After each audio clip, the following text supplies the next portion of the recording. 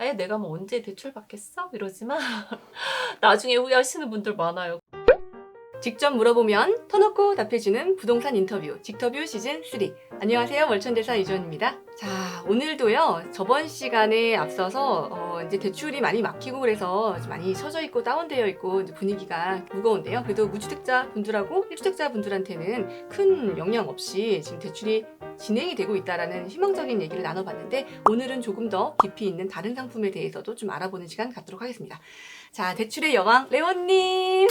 안녕하세요. 예, 지난 시간에 네. 이제 많은 이야기들을 해주셨는데요. 오늘은 가장 이슈가 되고 있는 대출이 한 가지 더 있습니다. 이 실수요자분들한테 요즘 가장 고민인 게 주택담보대출이에요.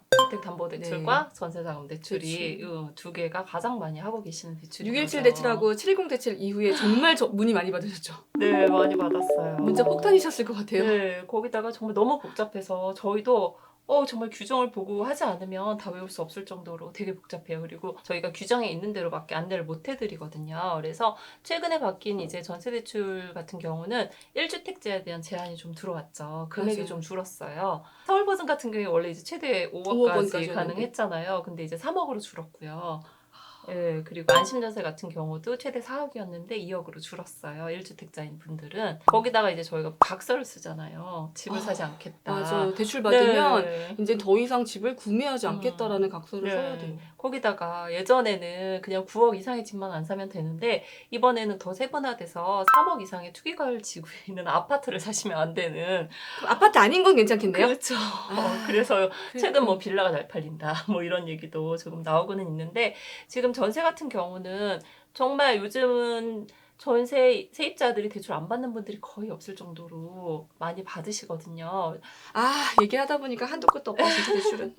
그래서 전세 대출 같은 경우에는 계약을 하시면 바로 연락을 주시는 게 제일 좋아요. 왜냐하면 전세 대출은 지금 보통 세 종류로 나눠지는데 그 중에 하나는 임대인의 동의가 필요 없어요. 근데 두 개의 대출은 임대인 동의가 필수거든요. 그래서 임대인 분들한테 저희가 이제 우편물도 보내드리고 전화도 드리고 해야 되는데, 진행이 느리다 보면 너무 촉박하게 전세 대출 신청을 하시면 좀 힘들거든요. 그래서 저희가 좀 넉넉하게 시간을 달라고 말씀을 드리고 있어요. 전세는 계약하자마자 대출을 알아보시는 것이 무조건 좋고, 그 다음에 네, 첫 맞아요. 번째 주인의 동의 없이도 받을 수 있는 대출 상품이 있고, 저희가 전세를 사시는 분들의 많은 비율이 소득이 없는 분들도 많으세요.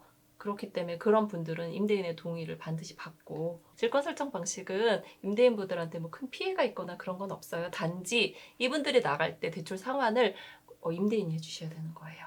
그래서 그것만 조금 주의하신다면 뭐 서로 그 대출을 안 받으시면 세입자분들은 사실 못 들어오죠. 못 들어올 예. 분들이 되게 많으세요. 그렇게 큰 전세값에 목돈을 쥐고 있는 분들이 생각보다 많이 없으시거든요. 그런데도 불구하고 하시는 이유는 전세 대출 금리가 엄청 싸요. 옛날에는 뭐 50만 원, 60만 원 내야 될 게 지금 거의 뭐 한 3분의 2, 1 정도는 줄었거든요. 그래서 훨씬 좀 서민들이 살기가 좋죠. 주택 보증에 대한 것들도 요즘에 이제 심심치 않게 문의들이 많이 오고 계시는데, 이제 네. 제가 현장에서 보는 거는 주인분께서 선대출이 있을 경우 이제 음. 불안하니까 그쵸. 하는 경우가 있고, 또 하나는 네. 이제 그 임차인 분이 법인인 경우, 회사의 사택이라든가 이제 이런 거로 오면 그때는 이제 많이 임차권 설정 많이 되는 것 같아요. 그래요. 네. 그렇게 해서 해보니까, 네. 전세에 관한 보증보험에 가입도 많이 하시고, 그냥 내 보증금 사실 그게 전 재산이에요. 전세 사시는 분들한테는 굉장히 중요하고 소중한 돈이니까 지킬 수 있는 건 다 지키셔서 보험에 가입하시고 그러시면 좋죠. 안심전세 같은 경우는 대출하시면서 자동으로 가입이 되니까 요즘은 또 보증료도 많이 내려갔거든요. 그래서 활용하시면 좋을 것 같아요. 자, 그럼 질문 두 번째입니다. 자, 네. 이제요, 틈새 상품들이 좀 많이 관심들이 있고, 특히나 오피스텔은 주로 투자자분들이 관심이 많았던 상품인데요. 이제 수익형으로 월세를 받으려고. 근데 이제 아파트처럼 생긴 오피스텔들이 있단 저 말이에요. 아파텔이라는 이름으로 요즘 네. 많이 하시더라고요. 이거를 실수요자분들이 요즘에 대출 그쵸. 한도 때문에 네, 맞아요. 문의가 많아요. 이제 이거를 집으로 좀 사시려고. 그래서 그쵸. 오늘 오피스텔 한번 여쭤보려고요. 네. 오피스텔이 대출 한 대가 한도가 상대적으로 이게 높거든요. 맞아요. 네. 높죠. 왜냐하면 몇 퍼센트나 오피스텔은 나와요? 규제 지역 이런 의미가 없어요. 그냥 전국이 음. 똑같아요. 네, 그렇기 때문에 몇 퍼센트냐 하면 대략적으로 은행마다 LTV 비율이 조금 달라요. 그래서 은행마다 네, 달라요. 달라요. 뭐 뭐 예를 들면 80%에서 방 빼기 아니면 어떤 데는 뭐 70%, 뭐 어떤 데는 65%뭐 이런 식으로 뭐 방 빼기? 여기서 이제 구독자 방 빼기 모르실 것 같아요. 방 빼기? 방 빼기 네, 그거는 정용어 이제 나왔어요 이제.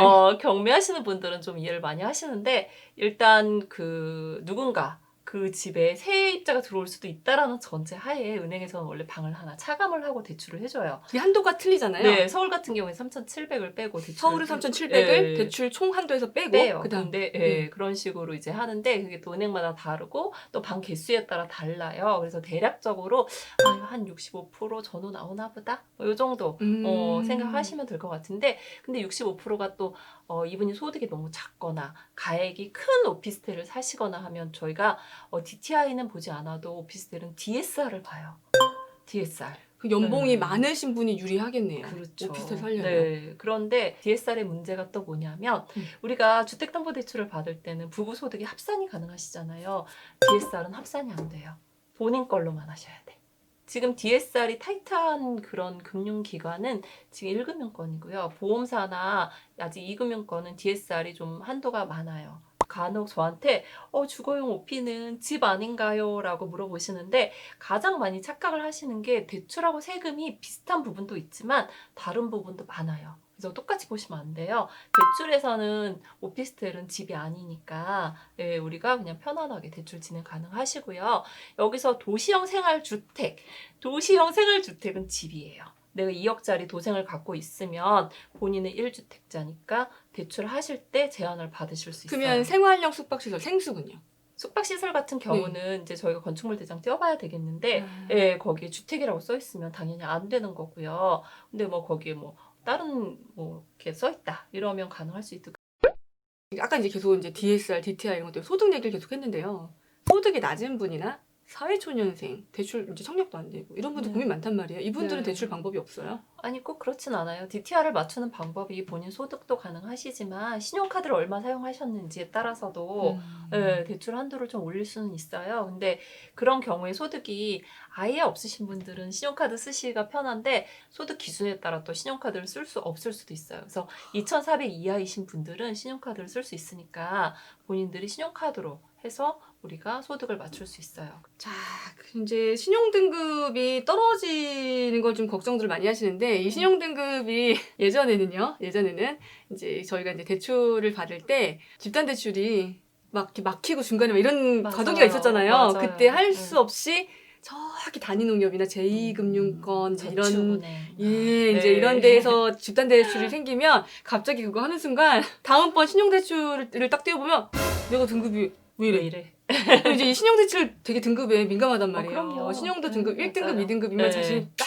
근데 저는 옛날에 레오님 수업 들을 때 음. 아주 인상 깊었던 게 왜 이렇게 집사하시고 그럴 때 신용등급에 민감하시면서 자동차 대출 받으실 때 아무런 꺼리낌 없이 캐피탈 대출을 그렇게 받으시는지 모르겠다라는 말씀을 해주셨어요. 근데 이거 진짜 좀 새겨 들으셔야 될 것 같아요. 그렇죠. 저희가 캐피탈이나 뭐 저축은행 이런 곳은 되도록 이용 안 하시는 게 좋죠.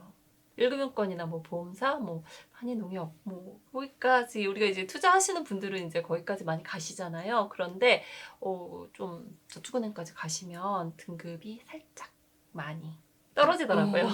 금리에 또 영향을 미치죠. 그렇죠. 일단 한도에도 영향을 미치고. 근데 제일 중요한 건 연체예요. 본인이 그냥 무심하신 분들이 있어요. 뭐 연체 됐네 소액? 뭐 이러고 저는 다음 달에 내지? 뭐 이러다 보면 습관적으로 자꾸 연체를 하시면 본인 등급이 떨어진다는 걸 모르시더라고요. 그리고 카드론 쓰시는 것도 별로 안 좋거든요. 막 현금 서비스 많이 받아가지고 계속 돌려막기 하시는 분 계시는데 그거 되게 안 좋은 습관이세요. 그러니까 그런 신용도에 거는 굉장히 치명적이다. 네, 안 하시는 게 좋으세요. 그래서 우리가 내가 뭐 언제 대출 받겠어? 이러지만 나중에 후회하시는 분들 많아요. 그럴 줄 알았으면 내가 관리 좀 할 걸. 막 이러시거든요. 그래서 우리가 항상 준비를 하시는 게 좋고요. 기회는요. 준비를 하시는 분들한테 눈에 보이는 것 같아요. 그렇지 않나요? 제가요 공부를 많이 가르쳐봐서 얼마 전에 그 대출 특강을 한번 기획해서 열었는데요. 그때 이제 나온 답변들이 대출은 사실 주택담보대출, 뭐 신용대출 이 정도만 하면 된다고 생각해서 뭐 대출을 이렇게 공부까지 해야 돼? 이렇게 생각을 하면서 그래도 그냥 한번 들어보셨대요. 근데 그거를 듣다 보니 또 다른 투자에 대한 방향도 보이고 맞아요. 내가 몰랐던 부분에 대해서 깨달을 수 있는 이런 길을 찾아가는 아이디어를 얻었다는 거예요. 어. 근데 이제 그렇죠. 왜냐면 다양한 대출 방법들이 그쵸. 실제로 존재를 네. 하고 그런 레버리지를 활용하는 것은 무리하지 않으면 그럼요. 굉장히 꼭 필요한 단계 네. 중에 하나이기 때문에 맞아요. 대출을 신용도도 우리가 관리를 미리미리 해야 되고 그쵸. 아까 는 청소년들 우리 아들부터 관리해줘야겠네. 우리 아들부터. 네. 신용 사회초년생은 거래가 없었기 그쵸. 때문에 은행에서 이제 네. 믿을 수가 없으니까 거래 신용도가 낮은 상태에서 그쵸. 출발을 하니까 네. 요것도 관리를 좀 해줘야 될 것 같고 그다음에 이제 자동차 살 때 캐피탈 저축은행 이런 것들 활용하는 거 은행에서도 많이 대출해주니까 네. 네. 그런 식으로 그다음에 활용하시면 좋을 것 이제 같아요. 신용카드의 현금 서비스라든가 카드론. 카드론 이런 네. 것들 절대 기피하는 맞습니다. 이런 신용 관리를 좀 해둬야겠네요. 예. 네. 대출이 겁나는 것은 정말 당연합니다. 그래야 하고요. 하지만 이 실물 자산의 가치는 빠르게 상승하고요. 화폐 가치는 정체된 이 시대에서 대출은 이미 모두에게 아주 필수적인 것이 되었지 않았나 싶습니다. 이 레버리지라고 하는 것을 아주 현명하게 활용하실 수 있다면 여러분들 자산을 불리는 데 도움이 될 것 같습니다. 무분별한 대출이 아닌 계획적인 대출로 성공적인 자산 관리 하시길 바랍니다. 오늘 영상도 도움이 되셨다면 좋아요. 다음 게스트가 궁금하시다면 구독 부탁드립니다. 그럼 다음 주에 뵙겠습니다. 감사합니다. 네, 고맙습니다.